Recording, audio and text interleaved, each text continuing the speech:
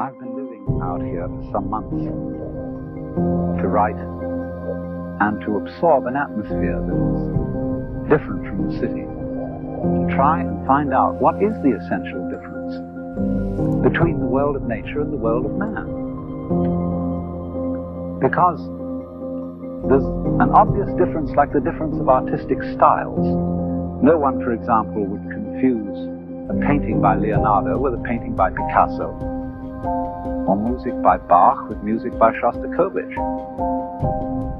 And in the same way, there seems to be a complete difference of style between the things that human beings do and the things that nature does, even though human beings are themselves part of nature. On the one hand, nature is wiggling. Everything wiggles. The outlines of the hills, the shapes of the trees, the way the wind brushes the grass, clouds, tracks of streams. It all wiggles. And for some reason or other, we find wiggly things very difficult to keep track of. And you know, we say to people, keep still so that I can see you. Keep still for the camera. And we say, well, let's get things straightened out. Let's get this ironed out. Let's get it all squared away.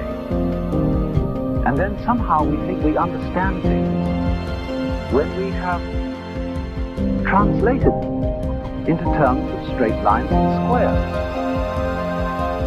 Maybe that's why they call a rather rigid people square. But it doesn't fit nature. You know, wherever human beings have been around and done their thing, we find rectangles. We live in boxes. Our streets, especially across states like Kansas and Nebraska, are laid out in a grid pattern. Why, they even dropped a grid pattern on top of San Francisco with all those hills so that cars run away. Because it seems that the human being really has a very simple kind of mind. And all this wiggliness is too complicated.